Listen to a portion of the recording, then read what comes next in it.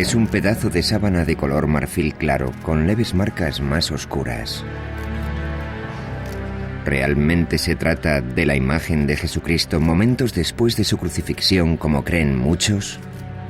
Las manchas son de verdad su sangre. Según las pruebas de datación por medio del carbono 14 que se han divulgado ampliamente, no. De hecho, afirman que el lienzo de unos 14 pies, algo más de 4 metros de longitud, es una astuta falsificación medieval. Sin embargo, informaciones recientes han suscitado serias dudas sobre la precisión de la datación con el método del carbono. Una vez más, los científicos están dedicando todos sus esfuerzos a encontrar una respuesta a la antigua pregunta: ¿es esta una imagen de Jesús crucificado? La tecnología moderna ha abierto nuevas vías para poder conocer en profundidad la historia de la Sábana Santa. El misterio del Santo Sudario. Catedral de Turín, Italia, 1998.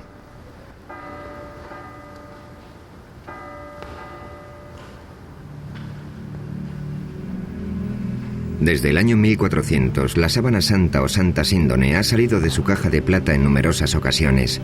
Se ha colgado de los balcones para celebrar bodas reales y ha sido expuesta ante las maravilladas miradas de innumerables peregrinos. La sábana apareció por vez primera en Europa en el año 1355 y ya era famosa durante los peores años de la Muerte Negra, época en la que las multitudes hicieron cola para poder verla y época también en la que Gutenberg perfeccionó la imprenta y Colón descubrió América.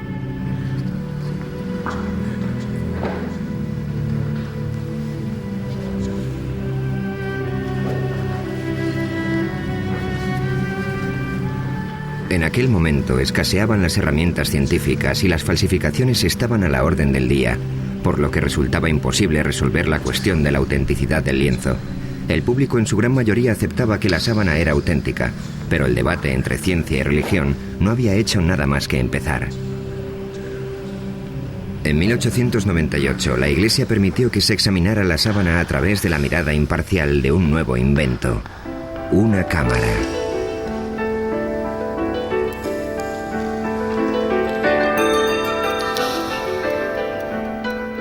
Nadie podía imaginar que las fotografías que Secondo Pia tomó aquel día cambiarían para siempre la opinión de la gente sobre la Santa Síndone. Y es que cuando la placa de cristal salió de la solución de revelado, el fotógrafo vio un rostro nítido y claro, algo que nunca antes se había visto en el lienzo. Comprendió enseguida que la misteriosa imagen del sudario había sido el negativo y que lo que él contemplaba entonces era el positivo. En sus manos sostenía una imagen que marcaría el inicio de todo un siglo de investigación científica. Turín, 1998. 100 años después de que se tomara la primera fotografía, la ciudad de Turín se prepara para otra exposición pública del lienzo. En todo ese tiempo, la sábana santa se había convertido en la pieza de arte más estudiada de toda la historia de la humanidad.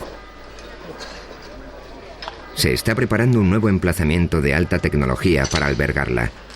Se trata de una urna de aluminio y cristal sellada herméticamente de la que se extrae el aire para luego introducir en su lugar argón, un gas inerte. Una vez colocada la sábana en la urna, ya no se podrá exhibir y manejar con tanta tranquilidad como hasta ahora.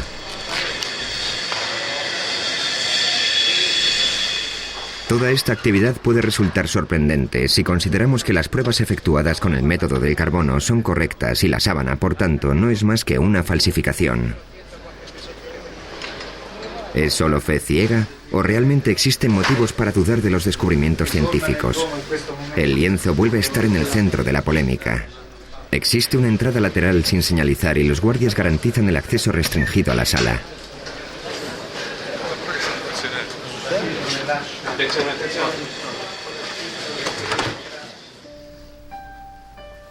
A cubierto de las miradas del público, una experta suiza en tejidos cose centímetro a centímetro y con sumo cuidado la sábana a un nuevo lienzo de mejor soporte.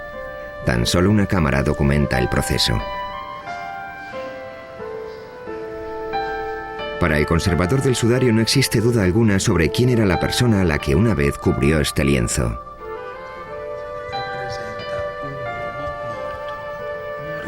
Esta imagen representa a un hombre que murió a causa de la tortura de la crucifixión. En la sábana de Turín hay 3 tipos de marcas.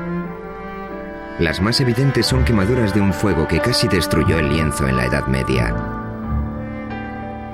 Después está la imagen anatómicamente correcta de un hombre visto de frente y de espaldas.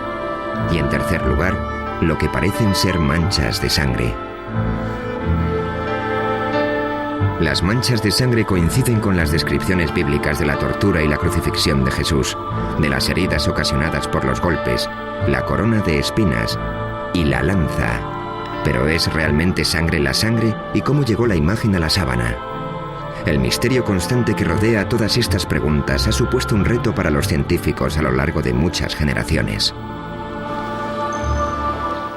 Los estudiantes de esta universidad en Glendale, California, disponen de un enfoque especial del debate que está teniendo lugar sobre la sábana santa.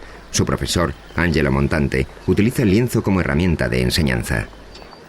Es uno de los objetos de cultura más sorprendentes que podemos encontrar en la historia de la civilización occidental. De él se pueden extraer numerosas pistas que nos ofrecerán una perspectiva del pasado.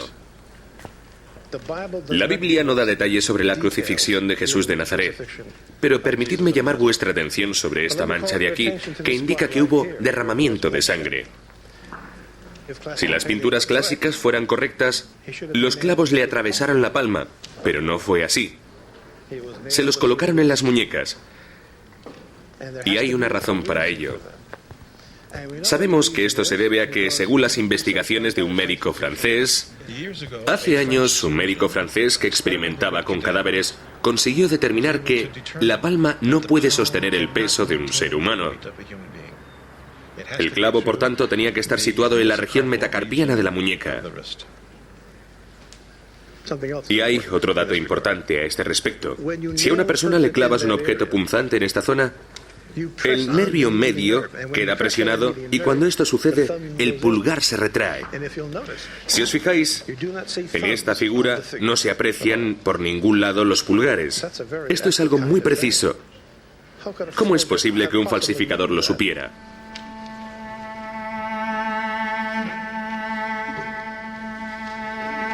Aquí tenemos una imagen mejorada de la sábana. Esta materia más oscura representa la sangre. Aquí vemos más sangre en los brazos y también se aprecia que todo el torso sangra. En un lateral, junto a la quinta costilla, hay una herida sangrante. Coincide con la forma de la lanza romana que se utilizaba en la época de la crucifixión.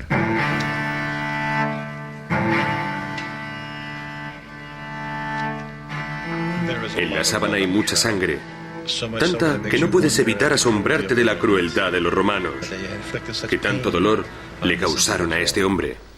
La crueldad que refleja la sábana supera con creces la mayoría de las versiones artísticas de la Pasión de Cristo.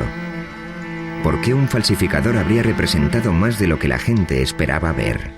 Las vetas de sangre no muy grandes que aparecían en la espalda y las piernas del hombre del lienzo desconcertaron a los investigadores durante años, hasta que se dieron cuenta de que coincidían exactamente con la peculiar forma del látigo del siglo I, el flagrum. Lo que tengo en la mano es una réplica de un instrumento de tortura romano llamado flagrum. Al final de cada correa podéis ver unas pesitas. Observar que entre las dos existe un espacio.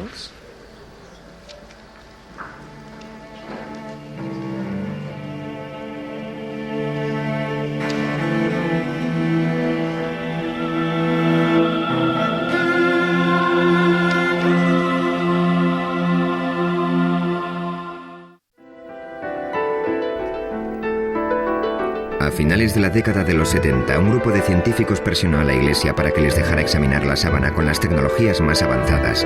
Al final llegaron a un acuerdo y el proyecto de investigación de la sábana de Turín, STORP, comenzó sus actividades. El STURP se constituyó con el propósito fundamental de examinar la sábana para determinar cómo se formó la imagen que ha quedado en ella. Pero nos encontramos con un gran problema. Nunca podríamos ver lo que íbamos a examinar hasta que no lo tuviéramos allí. Era como una expedición a una zona desconocida de la jungla. Llevamos con nosotros una gran cantidad de tecnología, casi todos los instrumentos imaginables de que disponíamos para determinar cómo se había formado la imagen. Pensé que iba a poder entrar en la habitación, acercarme a la sábana descubierta, mirarla de cerca, ver las pinceladas y marcharme a casa. Vern Miller era otro de los científicos que tomó parte en este proyecto. También él lo enfocó con una actitud escéptica. La primera persona que me habló de la sábana de Turín fue Barry Schwartz. Pensé que se trataba de un cuento de hadas o algo así. Pero el objetivo del STURP era descubrir el mecanismo que había provocado la aparición de una imagen en un trozo de sábana y no en confirmar que el lienzo era en realidad el sudario de Cristo. Así que, relevados de esa responsabilidad, podíamos verla de un modo más objetivo. Por aquel entonces yo no sabía lo que era esa sábana, jamás había oído hablar de ella. El miembro del STURP, Don Lin, decidió abandonar por un tiempo su trabajo diario como director del JPL, el programa de imágenes digitales de la NASA. En aquel momento estábamos trabajando en el programa Vikingo, que consistía en un aterrizaje suave en Marte. Básicamente tuvimos un día para montar el equipo, para desembalarlo, armarlo y calibrarlo. Se suponía que en torno a la medianoche de aquel día nos entregarían la sábana, y serían las 11 o incluso un poco antes, algo muy raro, cuando bajaron el lienzo por el pasillo hasta la sala donde nos encontrábamos.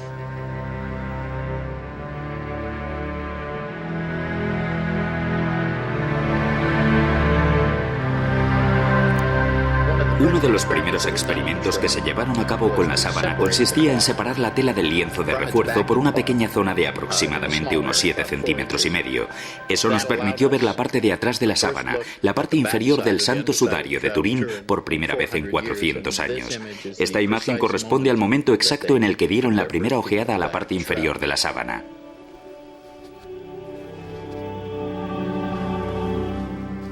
Entonces el profesor Ricci del equipo italiano insertó una cámara endoscópica entre las dos telas. Cuando vi que la luz de la cámara enfocaba la mancha de sangre número 3 desde abajo, apagué las luces de la habitación. Entonces el profesor encendió la cámara y por primera vez comprobamos que las manchas de sangre habían empapado el lienzo de refuerzo como lo hubiera hecho la sangre de verdad, pero la imagen no se traspasó. De inmediato se dieron cuenta de que habían realizado un descubrimiento muy significativo. Al contemplar de frente el sudario, tanto la imagen como la sangre se mostraban con gran nitidez. Cuando la luz se colocaba detrás de la sábana, la sangre seguía siendo visible, sin embargo, la imagen no. Eso era algo que no sabíamos hasta aquel momento y significaba que la imagen no podía estar pintada, pues si no, en el lienzo habría una cierta densidad de pintura que quedaría reflejada en una fotografía de luz transmitida.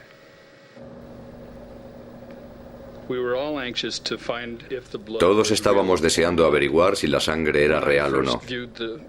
Cuando examiné por primera vez el lienzo, durante todas esas pruebas, no creí que la sangre fuera real. Era roja y parecía fresca, demasiado para una sangre con 2000 años de antigüedad. Para determinar si era real, tomamos muestras en una cinta de superficie adhesiva y la examinamos en el laboratorio más tarde. Pasaron varios meses antes de que determináramos que era sangre de verdad. En la siguiente diapositiva vemos la sangre sobre el entramado de la tela, los micropuntos de esta foto. ¿Es esta la sangre de Jesús? ¿Es la sangre de otra persona que fue crucificada por los romanos? ¿O es la sangre de un hombre inocente utilizada para crear un engaño tan extraordinario? Una de las teorías de la formación de la imagen en la sábana afirmaba que podía ser una quemadura, porque su color es muy similar al que aparece con el uso en una funda de una tabla de planchar. A una luz normal, la quemadura y la imagen parecen idénticas. Las quemaduras emiten destellos fluorescentes cuando se las expone a la luz ultravioleta, así que utilizamos esta, pero no se veía la imagen del cuerpo. Obtuvimos imágenes maravillosas de las quemaduras que había en el sudario, pero ni rastro de la imagen del cuerpo, lo que demostraba que no podía ser una quemadura. Y en lo referente a qué pudo haber causado la aparición de la imagen, los científicos fueron descartando una posibilidad tras otra. Los análisis microscópicos de los hilos determinaron que el cambio de color de los mismos se debía a un cambio químico, a una oxidación deshidratada, pero no sabemos qué es lo que lo origina. Las manchas de la sábana son prácticamente imperceptibles y muy complejas. Observándolas veremos que mientras una fibra ha perdido su color, la que está junto a ella lo conserva. No obstante, cada fibra mide 1/10 parte del diámetro del cabello humano. Y en algunos lugares, la imagen penetra tan solo 5 centésimas de milímetro. No hay un método conocido para reproducir tales marcas en una tela. En los últimos años se han descubierto imágenes muy tenues de flores en la propia sábana. De este área de investigación se han ocupado con gran entusiasmo el doctor Alan Wanger, de la Universidad de Duke, y su esposa Mary. Wanger desarrolló la hipótesis de que ciertas imágenes del cuerpo plasmadas en el lienzo eran impresiones de flores. Esta idea se le ocurrió a partir del trabajo del físico alemán Oswald Scheuermann. Él reparó en ese detalle, pero al principio yo no me di cuenta de qué me hablaba. Sin embargo, un poco más tarde me fijé en la imagen de una flor que se parecía mucho a un crisantemo. Y cuando me eché hacia atrás y miré la sábana en conjunto, comencé a ver muchas de esas imágenes por todo el lienzo. Obviamente, las flores fueron depositadas en torno al cuerpo en el momento del entierro. Se desconoce el propósito de las flores. Quizás se pretendiera que actuaran como aromatizantes, ya que el cuerpo se enterró con mucha precipitación, o puede que con ellas solo se pretendiera honrar al difunto. Y tras estudiar con mucha minuciosidad la sábana, creemos haber identificado en ella 28 de estas flores. Wanger estudió los detalles del lienzo y los comparó con fotografías de plantas vivas que se asemejaban a las de la sábana. Además, conseguimos determinar la época de floración de esas variedades concretas y todas florecen en marzo o en abril, es decir, en la época en que tenía lugar la Pascua judía, época de la crucifixión. Mar Muerto, Israel. La mayor parte de las plantas que identificaron los Wanger parecían ser originarias del área de Jerusalén. El matrimonio hizo partícipe de sus descubrimientos al botánico más importante de Israel, Avinoam Danin. Utilicé detalles de la morfología de las plantas y tuve el placer de confirmar sus observaciones. Entonces estuve estudiando la sábana cada vez con más atención y localicé y señalé aquí unos 12 o 13 objetos botánicos. Una de las plantas, el Zygophyllum dumosum, fue la prueba clave para el botánico Danin. No solo vio su imagen en la sábana, sino que encontró detalles aún más precisos que los Wanger. ¿Descansó esta planta en un tiempo sobre la Santa Síndone de Turín? Aquí vemos la imagen de una Zygophyllum dumosum. La hoja de invierno es así. Y este es el pétalo. La Zygophyllum dumosum crece tan solo en un lugar del mundo, en un pequeño reducto cerca de Jerusalén. Las 4 hojas que encontré están tan claras que puedo afirmar que el tallo de Zygophyllum dumosum fue depositado sobre la sábana en primavera. Además, podría decirles que es imposible que el lienzo se hiciera en otro lugar del mundo. Tuvo que ser aquí.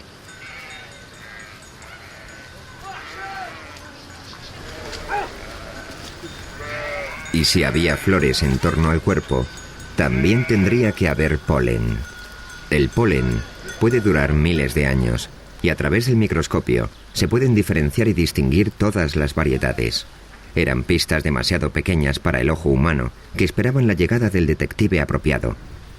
En 1973, el criminólogo suizo Max Frey obtuvo una autorización para tomar muestras del polen del tejido de la sábana santa y las conservó en portaobjetos de cristal. Este hombre, que contaba con una formación en botánica, pasó años analizando su contenido de polen. Falleció antes de poder terminar y publicar sus conclusiones, pero otros continuaron su labor. Con la ayuda de las tecnologías más novedosas, pueden identificar con exactitud cada grano de polen y averiguar a qué planta corresponde. Uri Baruch es el experto en polen más importante de Israel. Trabaja con el Dr. Danin y se encarga de calcular el tipo y la frecuencia del polen que contienen los portaobjetos de Frey. Pensé que también había algunas bayas con el mismo tipo de polen, pero todavía no las hemos encontrado. Es el primer caso que vemos de este tipo de polen. El objetivo es determinar exactamente qué plantas rodeaban el cuerpo y cuáles eran las especies predominantes. De los 58 tipos de polen identificados hasta el momento, 28 de las plantas que los producen tan solo existen en Oriente Medio, prueba de que la sábana pasó aquí una parte de su historia. Muchas de ellas todavía siguen formando parte de las vidas de los habitantes de la región, como por ejemplo la Fagonia mollis. Los bizantinos establecidos al sur del Sinaí utilizan las hojas de la Fagonia mollis para sanar heridas superficiales. Toman los tallos y las hojas verdes, los queman y usan la ceniza para colocarla sobre las heridas. La llaman uraga.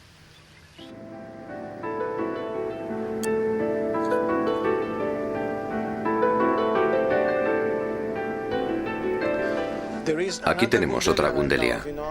En las placas normalmente hay una gran densidad de polen procedente de una planta llamada Gundelia turnefoti. Esta muestra en particular procede de una zona junto a la cabeza del hombre del lienzo. Puedes ver las espinas, ¿de acuerdo? Aquí hay una, aquí hay una, aquí hay una. La planta que dejó tanto polen en esta zona del lienzo se podría reconocer por su flor, pero es más conocida por otra cosa.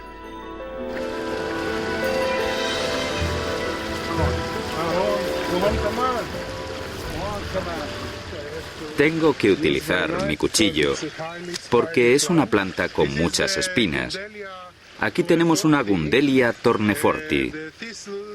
Es el cardo con la mayor frecuencia de granos de polen en la Santa Síndone de Turín.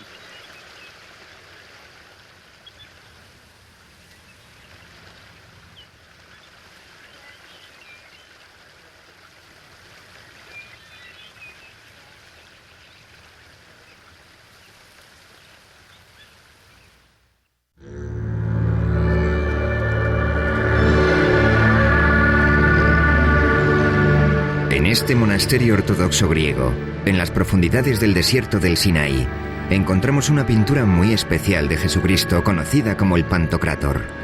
Muchos investigadores están convencidos de que se pintó tomando como referencia la sábana santa. El retrato data del siglo VI.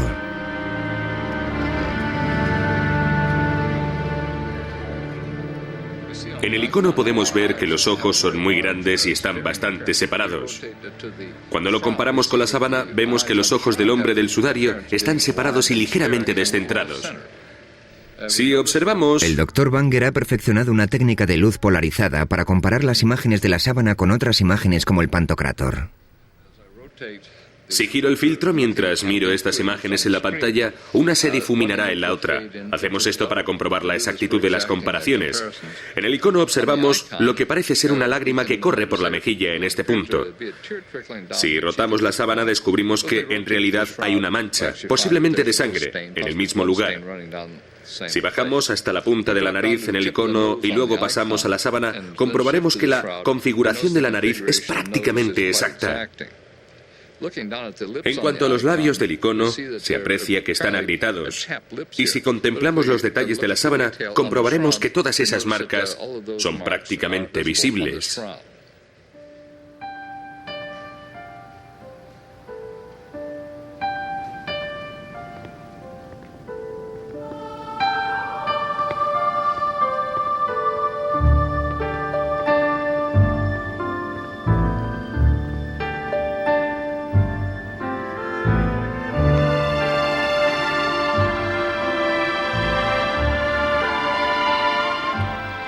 Jesús ha sido la persona más representada de la historia, pero la Biblia jamás describió su aspecto. ¿Cómo sabemos cómo era? ¿Cómo sabemos que llevaba barba y que tenía el pelo largo? ¿De dónde sacaron los artistas su iconografía? El historiador de arte Jack Riley ha realizado un estudio sobre el rostro de Jesús en la pintura. ¿Existe una fuente común para la representación de esta imagen que todos conocemos tan bien? Cada artista tiene su propia visión del hombre, en actitud sufridora o triunfante, del redentor o del humilde. Sin embargo, a lo largo de los siglos los artistas se han atenido a ciertos parámetros que nos permiten identificar al hombre como Jesús. ¿Cuáles son las directrices que siguen? ¿Y de dónde proceden? Rayleigh y muchos otros investigadores creen que existía un prototipo de Jesús que estableció la pauta a seguir hace siglos. La búsqueda de ese prototipo ha llevado a los investigadores a remontarse a los primeros siglos que siguieron a la muerte de Jesús. ¿Cómo llegaría un artista de esta imagen a esta otra? Aquí tenemos barba, en esa no. Aquí el cabello le cae sobre los hombros y lleva la raya en medio. Ahí no. Este Jesús parece un dios romano. Tiene un aspecto juvenil. No tiene las mismas características. La pregunta es, ¿qué falta? En la década de los 30, el investigador francés Paul Vignon observó ciertas marcas en las pinturas que se habían hecho de Jesucristo a lo largo de muchos años. Estos rasgos llegaron a conocerse como las marcas de Vignon. Ahora veremos algunas. En primer lugar, observen esta línea transversal que cruza la frente de Cristo. Y fíjense en esto, una especie de cuadrado con 3 lados marcados en el caballete de la nariz. Justo debajo hay otro triángulo, en la nariz que es alargada, rasgo muy indicativo de numerosas representaciones de Cristo de aquel periodo. Los especialistas han identificado los ojos, que se asemejan a los de un búho, la nariz alargada y el resto de las marcas de Vignon en la sábana. ¿Acaso la Santa Síndone fue el modelo original de las representaciones posteriores? Aquí tenemos varias reproducciones de algunas pinturas de los siglos XI y XII en las que se aprecian estas marcas geométricas. En primer lugar, justo aquí, en la nariz, se puede ver ese extraño cuadrado geométrico de 3 lados en forma de U. Luego tenemos los ojos, semejantes a los de un búho. También la nariz alargada es una característica. Observen los 2 mechones de cabello que caen sobre la frente. Aparecen en las 4 imágenes. Y no un solo mechón, siempre 2. La coincidencia de todas estas marcas, de todos estos puntos, me lleva a creer que algo influyó en estos artistas.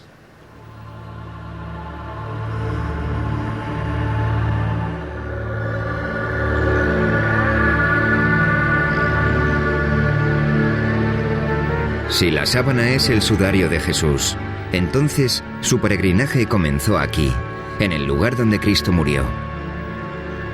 En la ciudad moderna de Jerusalén, el pasado sigue vivo. Muchas de las costumbres que aquí se practican aún son un reflejo del mundo antiguo. ¿El entierro del hombre de la sábana se realizó de acuerdo con la cultura hebrea?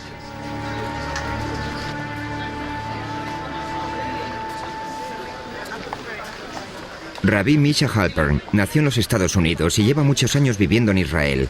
Está especializado en la vida judía durante el siglo I. Esta es la Vía Dolorosa. Mide algo más de 1,5 kilómetros de longitud. Según la tradición, es el lugar desde el que partió Jesús hacia su crucifixión. De todo el mundo han venido y siguen viniendo peregrinos para recorrer el mismo trayecto que Cristo. 20 shekels el libro. ¿Alguien quiere algo? $4. En aquella época, Jerusalén era una ciudad judía y como tal, Jesús debió ser enterrado en el contexto de la ley hebrea. Los estudiosos de la sábana creen que el entierro de Jesús, aunque precipitado, se realizó como manda la tradición judía. La Biblia judía establece que hay que recordar el día del sábado para que sea sagrado. El viernes por la tarde la gente corre de acá para allá apresuradamente para terminar sus tareas antes de que comience el sábado. Y lo mismo ocurría hace 2000 años. A Jesús lo bajaron de la cruz un viernes para sepultarlo a toda prisa antes del sábado. Porque en sábado no se puede hacer nada. No se puede trabajar, solo se descansa. ¿Existe algún dato que certifique la existencia del sudario en los años que siguieron a la muerte de Jesús? Cuenta la leyenda que un rey que se encontraba en las proximidades de Edesa cayó gravemente enfermo y mandó llamar al sanador judío. Jesús ya había muerto, pero al rey le entregaron un lienzo que llevaba su imagen. El rey Abgar sanó inmediatamente y el lienzo milagroso comenzó a ser conocido con el nombre de El Mandilión. Así fue como en todo Oriente Medio se veneró el mandilión como la imagen de Cristo, y la ciudad de Edesa se convirtió en un centro para la cristiandad. Mandilión es una palabra que significa toalla pequeña. En esa tela había una cara de Jesús pintada sobre un fondo estilizado y normalmente aparecía enmarcada. Si el mandilión era la sábana santa, ¿por qué en él solo aparecía el rostro? Entonces solo se decía de ella que era un lienzo con una cara, pero Ian Wilson, el historiador inglés, afirma que existe una palabra clave para explicarlo en los documentos antiguos, tetradiplón, que significa doblado en 4. Si doblas el lienzo en 4 partes, al final lo que tienes es un pequeño rectángulo con el rostro en el centro. ¿Podría la sábana de Edesa ser la Santa Síndone doblada en 4 para mostrar solo la cara? La sábana en sí mismo es el mapa que mejor nos permite ubicarla en el pasado. Comienzas siguiendo una pista que te lleva a otra y así sucesivamente. Voluntarios, por favor. En 1978 el equipo del STURP descubrió un cierto número de pliegues en el lienzo, de los cuales 8 eran bastante prominentes. Lo que vamos a hacer ahora es reproducir la forma en que estaba doblada la sábana. Las fotografías con luces de descomposición demostraron que sí, que realmente la sábana tiene 8 pliegues. Por supuesto, la fotografía no puede decirnos cuándo se hicieron, pero de lo que sí da fe es de que al menos una vez en su existencia, ese lienzo se dobló 8 veces. El resultado sería un rectángulo con un rostro en el medio.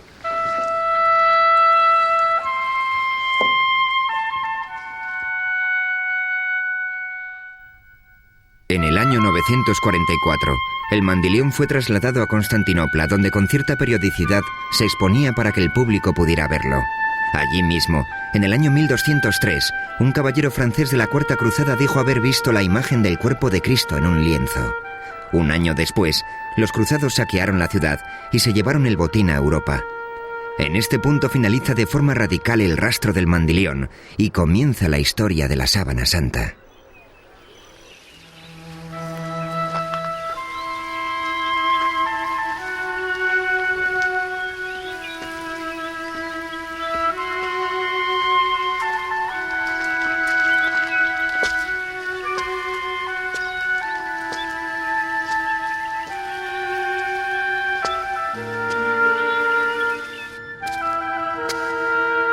Esto es una cueva a las afueras de Jerusalén que posiblemente es muy similar a la que sirvió de sepulcro a Cristo. En aquella época estaría cerrada con una roca de gran tamaño, casi con toda seguridad muy lisa debido a la erosión. Así es como la Biblia cristiana describe la sepultura de Jesús. Cuando el equipo del STORP examinó la parte posterior de la sábana, descubrió que resultaba imposible identificar varios granos de polen, porque estaban recubiertos con un mineral que posteriormente se analizaría y clasificaría. Al investigar el mineral descubrieron que se trataba de una piedra caliza, por decirlo de alguna manera. Una caliza muy rara y autóctona de una zona situada en las afueras de Jerusalén.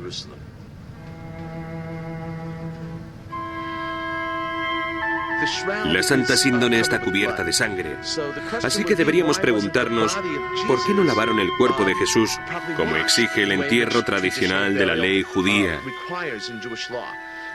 La respuesta podría ser la siguiente. Cuando un cuerpo sangra mucho, no se purifica con agua por temor a eliminar toda la sangre. Esa sangre tiene que purificarse con el cuerpo.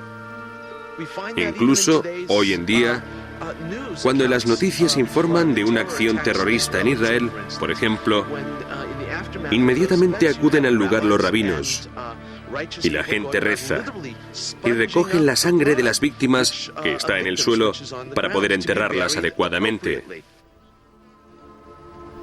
Según la Biblia cristiana, en la tumba se encontraron 2 lienzos, el sudario y otra sábana. Se creía que la segunda había cubierto el rostro de Jesús justo después de que lo bajaran de la cruz. Simón Pedro vio la sábana en el suelo y también el sudario con que le habían cubierto la cara. No estaba en el suelo con el resto de la sábana, sino doblado en un lugar aparte. Este lienzo, que recibe el nombre de sudarium, se puede encontrar hoy en día en Oviedo, ciudad situada al norte de España. Jorge Rodríguez es miembro del Centro de Estudio Español de la Sábana Santa. Y Mark Gussin ha escrito hace poco un libro sobre el sudarium y su relación con la Santa Síndone.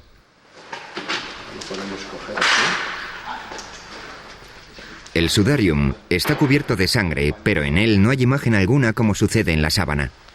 Se cree que retiraron el lienzo del rostro antes de envolver el cuerpo en la sábana. Porque es para limpiar. Claro, en realidad es un trapo, sí. El lienzo huye del peligro. Siempre iba por delante de los invasores. Escapaba de ellos. Siempre iba más al norte, a lugares más seguros, y allí permanecía. Y esta ciudad era el lugar más seguro de toda España durante la invasión musulmana. Fuera de Jerusalén, su viaje comenzó en el año 614 para escapar del ejército persa, que no cesaba en su avance. Llegó primero a Alejandría, pero se fue moviendo en repetidas ocasiones hacia el oeste, a lo largo de la costa africana, hasta que por fin llegó a Toledo, en la España cristiana. Cuando en el año 711 los musulmanes invadieron la península ibérica, el sudarium fue llevado a toda prisa al norte, a las montañas, y una vez allí lo ocultaron en una cueva.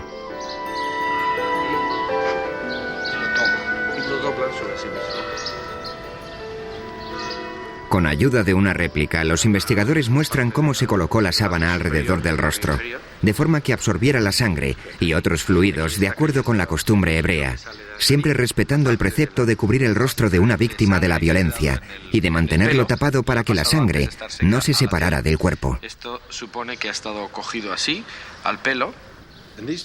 Estas manchas son especialmente interesantes porque coinciden exactamente con las que se encontraron en la parte de la sábana que reproduce la espalda del cuerpo, en el dorso. Son las manchas de la sangre que emanó de las heridas producidas por la corona de espinas y que quedó en el pelo. Y aquí son las mismas exactamente. Recientemente el doctor Alan Banger ha efectuado un análisis con la ayuda de un vídeo casero que revela las notables similitudes entre el sudarium y la sábana santa. Es el rostro de la sábana superpuesto al del sudarium. De las manchas de sangre, esta es la que aparece más marcada, y una de las que más fácil resulta localizar es esta de aquí. Si bajamos a la zona de la nariz, vemos que existen coincidencias aquí abajo, y si nos movemos hacia la zona del pelo, aquí, también vemos que las manchas de sangre coinciden. La sangre hallada en el lienzo de Oviedo era del tipo AB, idéntica a la que se encontró en la sábana. Sabemos a ciencia cierta que el sudarium lleva en España desde el siglo VII. Este hecho contradice los resultados de las pruebas de datación con el método del carbono 14 que establecen su origen hace 600 años. El libro de testamentos que se encuentra aquí en la catedral remonta los orígenes del sudarium a épocas aún más antiguas, y nosotros creemos que realmente data del siglo I y que fue uno de los sudarios que se utilizaron para cubrir el cuerpo de Cristo en el sepulcro o justo antes de introducirlo en él.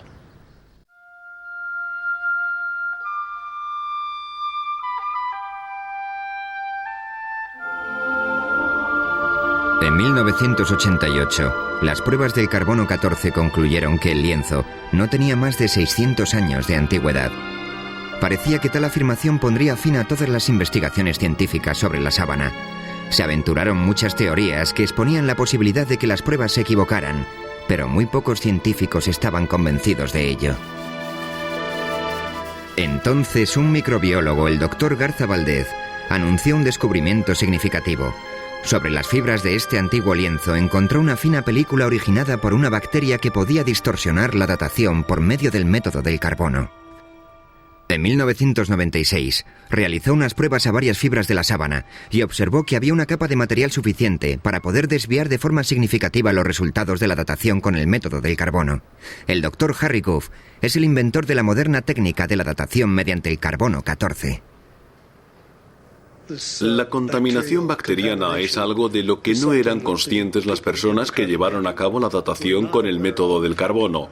De hecho, no creo que nadie conociera su existencia hasta que Garza Valdez descubrió esta posibilidad. Y aunque lo hubieran sabido, los procesos de limpiado que utilizaban no lo hubieran tenido en cuenta. Así que no había modo alguno de que hubieran podido establecer con total exactitud la fecha de origen del material de la sábana. Cuando comenzaron a cuestionarse los resultados de la datación mediante este método, los científicos pusieron manos a la obra para encontrar una forma de separar la película de material bioplástico del tejido original. Cuando el procedimiento para separar la celulosa de la película bioplástica esté bien determinado, creo que estaremos preparados para ofrecernos a realizar otra datación de la sábana con el método del carbono 14. Si se aceptará nuestra oferta o no, es algo que no está claro. En lo referente a la datación mediante la prueba del carbono, existe aún otro factor que, de demostrarse, desestimaría todos los resultados obtenidos hasta el momento: la radiación. Si lo que dicen los físicos es correcto, es una imagen proyectada. En otras palabras, casi vienen a decir que quizás el cuerpo estuviera flotando en medio del sudario y que toda la proyección incidía en ángulos rectos en el cuerpo. Esta imagen está directamente tomada del cuerpo, que está paralelo a la gravedad. Es algo tan extraordinario que la única explicación posible es que se trate de fenómenos de radiación.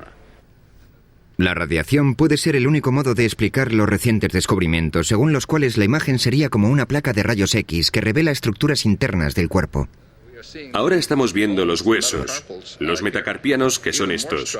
Pero lo más sorprendente es que cuando nos movemos hacia la zona de la muñeca y vamos superponiendo la radiografía, podemos identificar todos los huesos de la muñeca de la sábana de Turín. Vemos que los rasgos del esqueleto en la profundidad del cuerpo consisten en una especie de radiación de rayos X. Por eso opinamos que la imagen, en lugar de derivarse del contacto directo de la sangre y demás, está formada básicamente por esta notable y única situación de radiación. Si superponemos una calavera al rostro que aparece en la sábana, vemos que se aprecian estructuras internas con notable claridad. Aquí observamos que lo que estamos viendo son las imágenes de los dientes. A medida que vamos alternando una imagen con otra, vemos que en la sábana aparecen los dientes con sus raíces y todo. Entonces, ¿cuál es la fuente de la radiación? Algunos investigadores opinan que también tienen la respuesta a esa incógnita. Creo que esta imagen quedó plasmada en la sábana debido a la transformación que tuvo lugar durante la resurrección. El cuerpo pasó de un medio a otro, y al hacerlo, dejó un retroceso de partículas de radiación tras de sí que marcaron la imagen de la sábana. Por eso también hemos conseguido el efecto tridimensional en otras cosas. ¿Qué causa este fenómeno? No lo sé. Y aún más difícil sería explicar cómo se obtiene esa energía de un cadáver.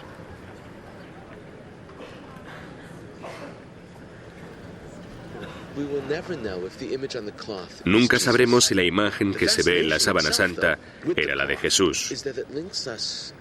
La fascinación que produce el lienzo en sí mismo es que nos vincula a todos con una muerte, con la muerte de una persona. Esta sábana simboliza los grandes temas que representa la vida tras la muerte. ¿Hay un mundo después de la muerte? ¿Cuál es el significado de la sábana? No creo que sea esencial para la fe de nadie, pero en el mismo capítulo 20 del Evangelio de Juan, en el que se narra el descubrimiento del sudario en la tumba vacía, también podemos leer las dudas de Tomás. Creo que en el siglo XX sigue habiendo mucha gente cuyos certificados de nacimiento espiritual son de Missouri, es decir, que tienen que ver para creer.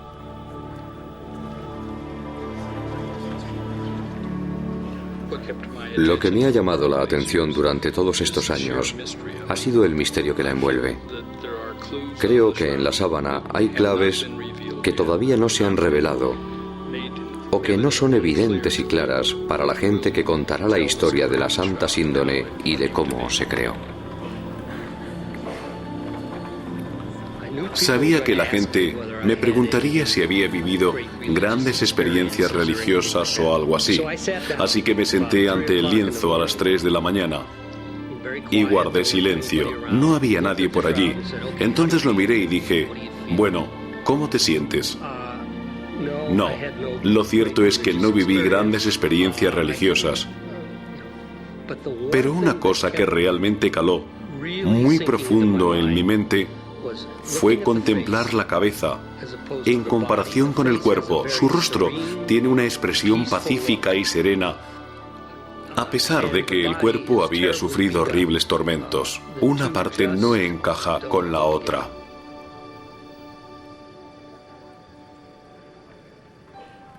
Nuestro equipo pasó cientos de miles de horas estudiándola y después de todo ese tiempo, al recordar que nuestro principal objetivo era determinar cómo se formó la imagen, hubimos de reconocer que no teníamos nada.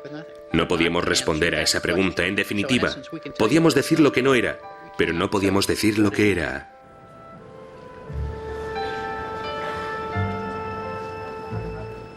La teología no debería entrar en conflicto con la tecnología. La razón jamás podrá probar la divinidad de Cristo. La ciencia puede exponer una afirmación teológica. Como mucho puede decir, posiblemente este lienzo sirviera de sudario a Jesús de Nazaret. Pero la pregunta que planteó la teología es: ¿quién creéis que soy? Ningún laboratorio científico puede responder a eso. Todavía sigue correspondiendo al individuo revisar las pruebas de que dispone y decidir por sí mismo qué es en realidad la sábana de Turín.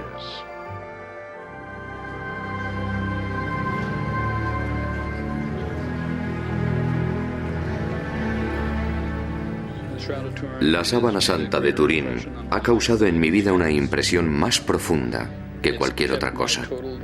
Durante más de 20 años absorbió por completo mi atención.